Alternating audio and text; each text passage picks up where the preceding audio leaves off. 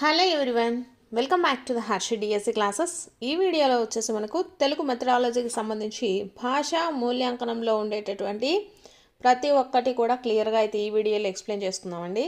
So దీంట్లో వచ్చేసి మనకు భాషకు సంబంధించి మూల్యాంకనంలో ఉండేటటువంటి ప్రతి ఒక్క పాయింట్ కూడా వీడియోలో ఎక్స్ప్లెయిన్ చేయబడుతుంది.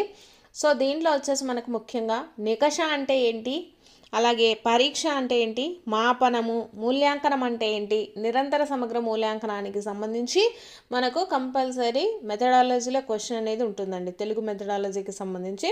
సో ఈ టాపిక్లో మనము కొన్ని ఇంపార్టెంట్ బిట్స్ చూద్దాము, అలాగే కంటెంట్ కూడా చూద్దామండి. సో వీడియో వచ్చేసి స్కిప్ చేయకుండా స్టార్టింగ్ నుంచి ఎండ్ వరకు చూడండి, చాలా బిట్స్ అయితే కవర్ అవుతాయి. వెరీ వెరీ ఇంపార్టెంట్ టాపిక్ అండి. నిరంతర సమగ్ర మూల్యాంకనానికి సంబంధించి క్వశ్చన్స్ కూడా కవర్ అవుతాయి. ఫస్ట్ క్వశ్చన్ చూద్దాము.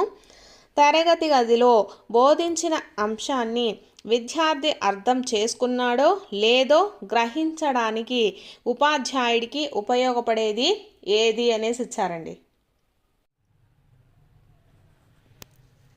సో ఆన్సర్ వచ్చేసి నికష అండి. తరగతిలో బోధించిన అంశాన్ని విద్యార్థి అర్థం చేసుకున్నాడో లేదో గ్రహించడానికి ఉపాధ్యాయుడికి ఉపయోగపడేది ఏది అంటే నికష అండి. నికష అనేది మనకు ఒక సంస్కృత పదం అండి. సో నికష మీన్స్ టెస్ట్ అనమాట. దీన్ని వచ్చేసి మనకు తక్కువ టైంలో బోధించడానికి, అలాగే బోధించిన అంశాన్ని పిల్లలు అర్థం చేసుకున్నారా లేదా అనేది గ్రహించడానికి ఉపాధ్యాయుడికి ఉపయోగపడేది ఏంటిది అంటే నికష అండి. నెక్స్ట్ దీన్ని వచ్చేసి మనము టెస్టమ్ అనేసి చెప్తారండి. మామూలుగా టెస్టమ్ అనేసి ఇంగ్లీష్లో అయితే చెప్తారు. సో సెకండ్ క్వశ్చన్ చూద్దాము. స్వల్ప వ్యవధిలో నిర్వహించడానికి అనువైనది ఏది అనేసి ఇచ్చారండి. సో స్వల్ప వ్యవధి, తక్కువ టైంలో మనము ఏమైనా అంటే తరగతిలో మనకు బోధించినటువంటి అంశాన్ని విద్యార్థి అర్థం చేసుకున్నాడో లేదో గ్రహించడానికి తక్కువ సమయం తీసుకునేది ఏదండి? నికష అండి. ఆప్షన్ 1. సో నికషకు సంబంధించి అది. సో ఒక అంశాన్ని మాత్రమే బోధించడానికి అనువైనది ఏది? ఒక అంశమే మాత్రమే అండి, ఒక అంశాన్ని గురించి మాత్రమే బోధించడానికి అనువైనది ఏది అంటే నికషానండి. నికషకు సంబంధించినటువంటి ఇన్ఫర్మేషన్ అది. నెక్స్ట్, ఒక నిర్ణీత క్షేత్రంలో విద్యార్థికి గల ప్రావీణ్యతను మదింపు చేయటానికి ఉపయోగపడే నికషలు ఏవి అనేసి ఇచ్చారండి. మనకు ఈ నికషలు వచ్చేసి 2 రకాలైతే ఉన్నాయి. నికషలు ఎన్ని రకాలు? 2 రకాలు. ఒకటి వచ్చేసి ప్రామాణిక నిశక, రెండోది వచ్చేసి అప్రమాణిక నికషలు అండి.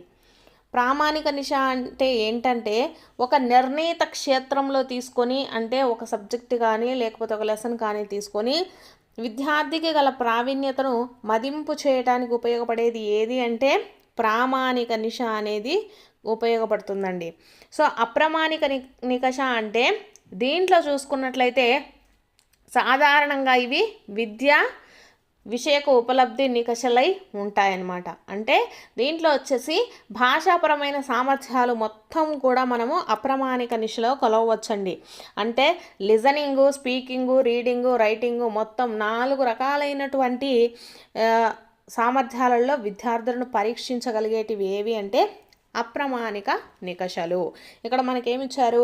ఒక నిర్ణీత క్షేత్రంలో మాత్రమే కొలవగలిగేటటువంటివి ఏవి అంటే ప్రామాణిక నికషలు అండి. సో ఆప్షన్ 2 వచ్చేసి రైట్ ఆన్సర్ అవుతుంది. నెక్స్ట్, విద్యార్థుల ఆసక్తులను, అభిరుచులను, వైఖరులను, సృజనాత్మకతను పరిశీలించడానికి ఉపయోగపడే నికషలను ఏమంటారు అనేసి ఇచ్చారండి.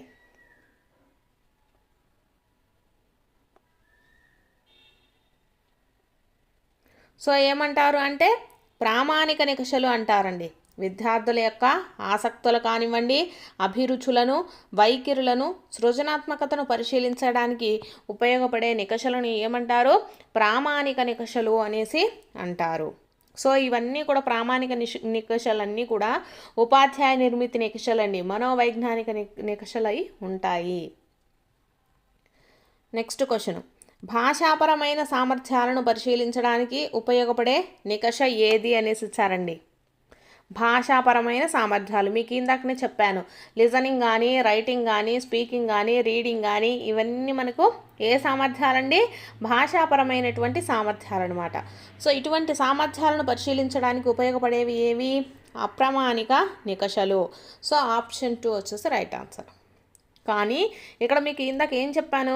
విద్యార్థుల యొక్క ఆసక్తులను కానివ్వండి, అభిరుచులను కానివ్వండి, వైఖరులను కానివ్వండి, సృజనాత్మకత శక్తులను కానివ్వండి, వీటన్నిటికి ఉపయోగపడేవి ఏంటివి? ప్రామాణిక నికషలు. అయితే ఇక్కడ మనకు భాషాపరమైనటువంటి సామర్థ్యాలను పరిశీలించడానికి ఉపయోగపడేవి ఏవి అంటే అప్రామాణిక నికషాలు అండి, గుర్తుపెట్టుకోండి. నెక్స్ట్ క్వశ్చను, విద్యార్థి అభ్యాసనంలో ఎంత ఉపలబ్ధి, ఎంత ఆర్జన పొందగలడో తెలుసుకోవడానికి ఉపయోగపడే నికష ఏది అని ఇచ్చారు. విద్యార్థి అభ్యసనానికి సంబంధించిందండి ఇది, అభిరుచులకు కాదు. సో అభ్యసనం అంటే మనకు ఏ నికష కిందికి వస్తుంది? అప్రామాణిక నికషాల కిందికి వస్తుంది. ఆప్షన్ 2. నెక్స్ట్, ఛాత్రోపాధ్యాయుని స్వీయ మూల్యాంకనము, బోధనా మూల్యాంకనము ఈ నికషలో భాగాలు అనేసి ఇచ్చారండి.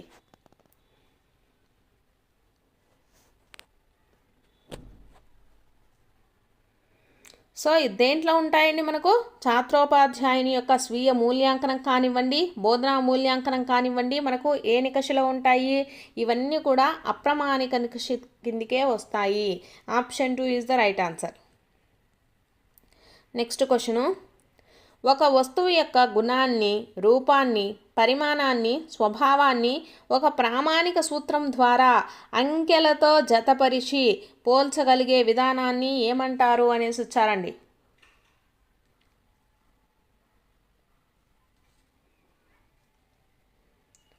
సో ఏమంటారండి? మాపనము అంటారు. ఒక వస్తువు యొక్క గుణాన్ని కానీ, రూపాన్ని కానీ, పరిమాణాన్ని కానీ, స్వభావాన్ని కానీ, అంటే ఆ విద్యార్థుడు తెలుగు సబ్జెక్ట్లో 20 మార్కులను సాధించాడు. సో 20 అనేది ఏంటిదండి? ఒక అంకె. ఆ విద్యార్థి తన తెలివితేటల్లో 10% సాధించాడు అంటే 10 అంటే ఏంటిది? అది ఒక అంకె. ఒక అంకెను జతపరిచి పోల్చగలిగేటటువంటి విధానాన్ని ఏమంటారు? మాపనం అంటారండి. Very very important. మాపనం లక్షణాలలో 1 అనేసి కూడా అడగచ్చు. మాపనం అనేది మనకు పరిమాణాత్మకమైనదండి. మాపనము పరిమాణాత్మకమైనది. అలాగే ఒక వస్తువు యొక్క భౌతిక రూపాన్ని మనము వివిధ కొలతల్లో కూడా కొలుస్తూ ఉంటాము. అంటే ఇది 20 సెంటీమీటర్లు, 30 సెంటీమీటర్లు అని చెప్తూ ఉంటాం కదా కొలతలు. సో అది కూడా మనకు దేని కిందికి వస్తుంది? మాపనం కిందికే వస్తుందండి.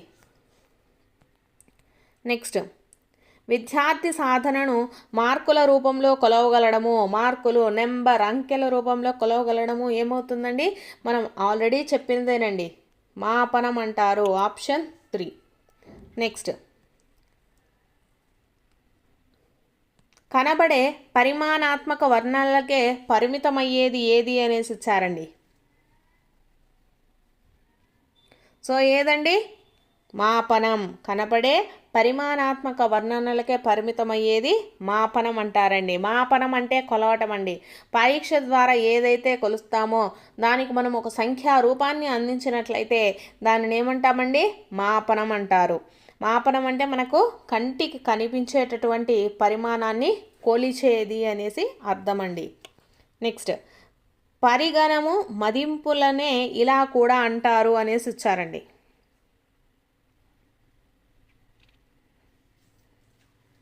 సో ఏమంటారండి? మూల్యాంకనం అనేసి చెప్తాం. పరిగణము, మదింపులను ఏమని కూడా పిలుస్తారు? మనము మూల్యాంకనం అనేసి కూడా పిలుస్తారు. సో ఇక్కడ చూసుకుంటే మదింపు అంటే ఏంటిదంటే మనకు విద్యార్థి అభ్యాసన ప్రక్రియ కొనసాగుతున్నప్పుడు గుణాత్మకతను న్యాయబద్ధంగా నిర్ణయించడమే మదింపు అవుతుందండి. మూల్యాంకనం అంటే ఏంటంటే బోధన కొంత సమయము జరిగిన తర్వాత విద్యార్థి సాధించినటువంటి సామర్థ్యతను బేరీజు వేయడం కానీ, సరిచూడటం కానీ దాన్ని మూల్యాంకనం అంటాం. అంటే బోధన కొంత జరిగిన తరువాత. మదింపు అనేది మనకు బోధన అభ్యాసన జరుగుతూ ఉన్నప్పుడే జరుగుతుందండి. ఆ రెండిటికి డిఫరెన్స్, మదింపుకి మూల్యాంకనానికి. నెక్స్ట్, పరిగణము మదింపు కంటే విశాల పరిధి కలది ఏది అంటే మనకు ఏమవుతుందండి, పరిగణం అనేది మదింపు, ఈ రెండు కూడా చిన్న చిన్న విషయాలే. దీనికంటే విశాల పరిధి కలిగినటువంటిది ఏమవుతుంది, మూల్యాంకనం అండి. ఆప్షన్ 4. నెక్స్ట్, పరిగణ కంటే విశిష్టమైనది సమగ్రమైనది ఏది అంటే ఇది కూడా మూల్యాంకనమే. పరిగణ కంటే విశిష్టమైనది సమగ్రమైనటువంటిది ఏది, మూల్యాంకనము. నెక్స్ట్, మన రాష్ట్రంలో నిలుపుదల విధానము నాన్ డిటెక్షన్ పాలసీ రద్దు చేసినటువంటి సంవత్సరం ఏది అనేసి ఇచ్చారండి.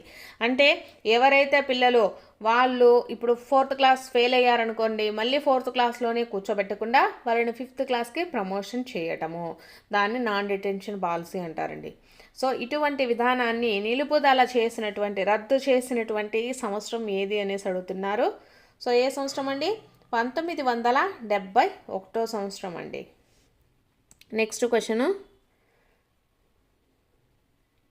నిర్మాణాత్మక మూల్యాంకనము, సంగ్రహణాత్మక మూల్యాంకనము వెరీ వెరీ ఇంపార్టెంట్ అండి. అన్ని మెథడాలజీలు కానివ్వండి, తెలుగు, సోషల్, సైన్స్, మ్యాథ్స్ వీటన్నిటిలో కూడా మనకు వెరీ వెరీ ఇంపార్టెంట్ అండి. మూల్యాంకనాలకు సంబంధించి కంపల్సరీ క్వశ్చన్ అయితే ఉంటుంది. సో ఇక్కడ క్వశ్చను, విద్యార్థుల వెనుకబాటుతనం తొలగించి అభివృద్ధి సాధించడానికి తోడ్పడే మూల్యాంకనం ఏది అనేసి ఇచ్చారండి.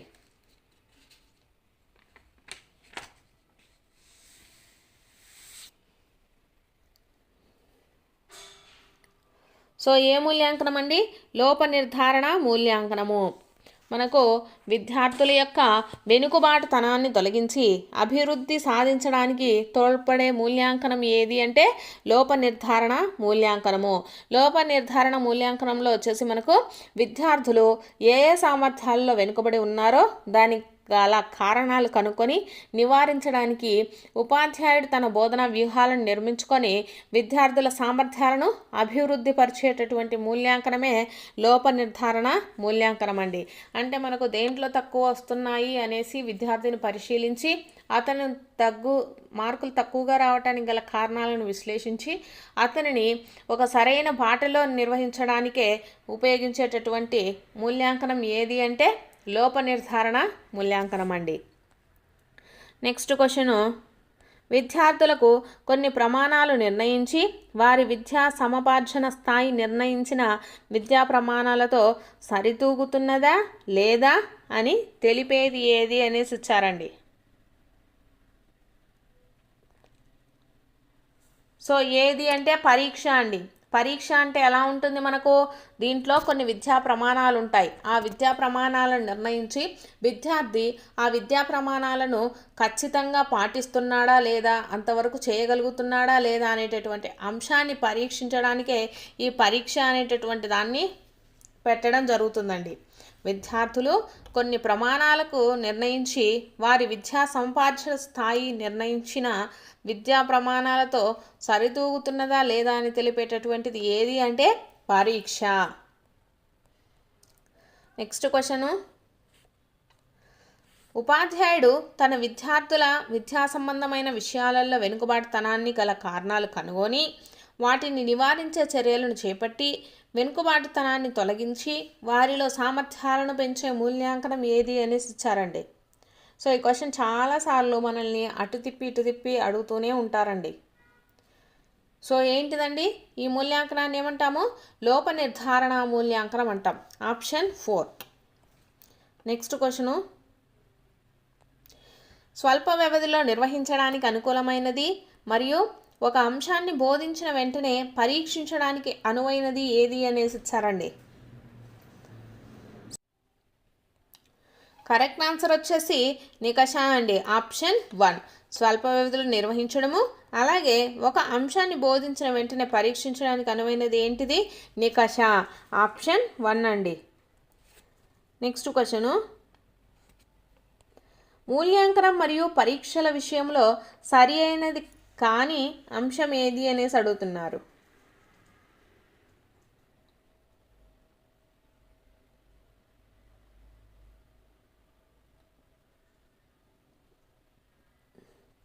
సో ఈ మూల్యాంకనము పరీక్షలను వచ్చేసి ఒక బోధనాభ్యాసన ప్రక్రియలో అంతర్భాగం అయితే చేయకూడదండి. సరి కానటువంటిది ఒకటి. సరి అయినవి ఏంటివంటే ఇవి పిల్లలు నేర్చుకోవడానికి దోహదపడేలా ఉండాలి మూల్యాంకనాలు కానివ్వండి, మనం ఇచ్చేటటువంటి పరీక్షలు కానివ్వండి. సో వీటిల్లో మూల్యాంకనం అంటే మనకు ప్రతి ఒక్కటి కూడా మనం దాంట్లోకి తీసుకోవాలండి. అంటే మనకు పాఠ్యాంశాలే కాకుండా సహపాఠ్యాంశాలైనటువంటి ఆటలు, ఆరోగ్యము, పని అనుభవాలు వాటిని కూడా మదింపు పరిగణలోనికే తీసుకోవాలి. అలాగే వీటిని నిత్య జీవితానికి అన్వయించి రాయడానికి వీలుగా ఆలోచింపజేసే ప్రశ్నలు కూడా ఉండాలండి. సో ఇక్కడ ఇవన్నీ కూడా మనకు మూల్యాంకనం పరీక్షల విషయంలో సరియైనవే. సరికానిది వచ్చేసి ఆప్షన్ 1 అండి. నెక్స్ట్ క్వశ్చన్, క్రింది వాటిలో మూల్యాంకన స్వభావానికి భిన్నంగా ఉన్న వ్యాఖ్యను గుర్తించండి అనేసి ఇచ్చారు.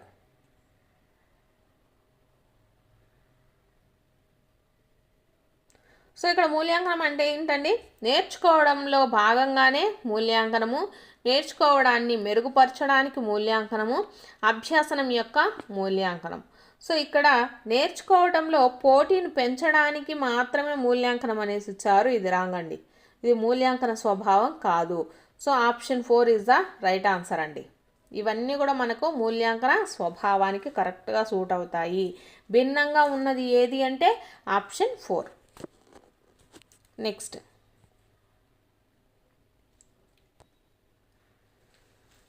ఒక పాఠ్యాంశంలో విద్యార్థుల వెనుకబాటుతనాన్ని గుర్తించి వారి అభివృద్ధికి సహకరించడానికి ఉపయోగపడే మూల్యాంకనం ఏది అనేసి ఇచ్చారు. సో ఆల్రెడీ చెప్పాం కదా, లోప నిర్ధారణ మూల్యాంకనం అండి. నెక్స్ట్, తరగతిలో వివిధ కృత్యాలలో పాల్గొంటున్నప్పుడు, బోధన జరుగుతున్నప్పుడు విద్యార్థులు ఏ విధంగా వారి అభ్యాసనాన్ని మెరుగుపరచడానికి ఉపకరించే మూల్యాంకనం ఏది అనేసి అడుగుతున్నారండి.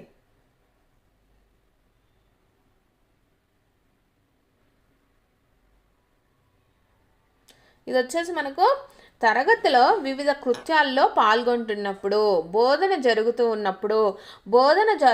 ఉన్నప్పుడు అంటే మనకు వచ్చేసి ఏ మూల్యాంకనం అవుతుందండి? నిర్మాణాత్మక మూల్యాంకనం అవుతుంది. నిర్మాణాత్మక మూల్యాంకనం అంటే మనకు బోధన జరిగే టైంలోనే మనకు మూల్యాంకనం అనేది చేస్తారండి. అది ఖచ్చితంగా గుర్తుపెట్టుకోండి. సంగ్రహణాత్మక మూల్యాంకనం అంటే మనకు బోధన అభ్యాసన కార్యక్రమం అంతా అయిపోయిన తర్వాత జరిగేటటువంటి దాన్ని సంగ్రహణాత్మక మూల్యాంకనం అంటాము. ఇక్కడ మనకు బోధన జరుగుతూ ఉన్నప్పుడు చేసేదాన్ని ఏమంటాము? నిర్మాణాత్మక మూల్యాంకనం అంటారండి. సో ఈ నిర్మాణాత్మక మూల్యాంకనానికి వచ్చేసి మనకు నియత మూల్యాంకనం అని కూడా పేరండి. నిర్మాణాత్మక మూల్యాంకనాన్ని నియత మూల్యాంకనము ఆర్ రూపణ మూల్యాంకనం అని కూడా అంటారు. పేర్లు కూడా గుర్తుపెట్టుకోండి, దీనికి ఉండేటటువంటి మరొక పేర్లు. నిర్మాణాత్మక మూల్యాంకనాన్ని ఏ విధంగా పిలుస్తారు? నియత మూల్యాంకనం అని కానివ్వండి, రూపణ మూల్యాంకనం అని కానీ పిలవడం జరుగుతుంది. నెక్స్ట్,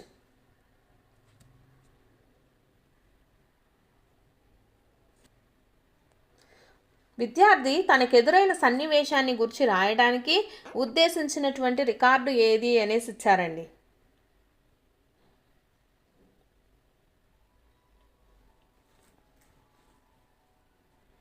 ఒక సన్నివేశాన్ని గూర్చి రాయడానికి మనకు ఏది ఉపయోగపడుతుందండి? సంఘటన రచన అనేటటువంటిది ఉపయోగపడుతుంది రికార్డు. నెక్స్ట్, పోర్ట్ఫోలియో అనేది ఏంటి అనేసి ఇచ్చారండి. పోర్ట్ఫోలియో అంటే ఏంటి అండి?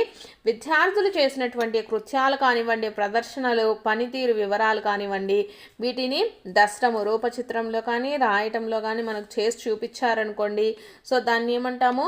పోర్ట్ఫోలియో అంటారు. పోర్ట్ఫోలియోలో ప్రతి ఒక్కటి కూడా ఉండడం జరుగుతుంది. కాబట్టి ఏముంటాయండి మనకు మెయిన్గా పోర్ట్ఫోలియోలో? విద్యార్థులు చేసినటువంటి కృత్యాలు కానీ, ప్రదర్శనలు, పనితీరు వివరాలు, దస్త్రము, ఇవన్నీ కూడా ఉంటాయి. ఇవి వచ్చేసి మనకు మూల్యాంకనానికి సంబంధించినటువంటి ప్రాక్టీస్ బిట్స్. మీకు కనుక వీడియో నచ్చితే తప్పకుండా లైక్ చేయండి, అలాగే సబ్స్క్రైబ్ కూడా చేసుకోండి.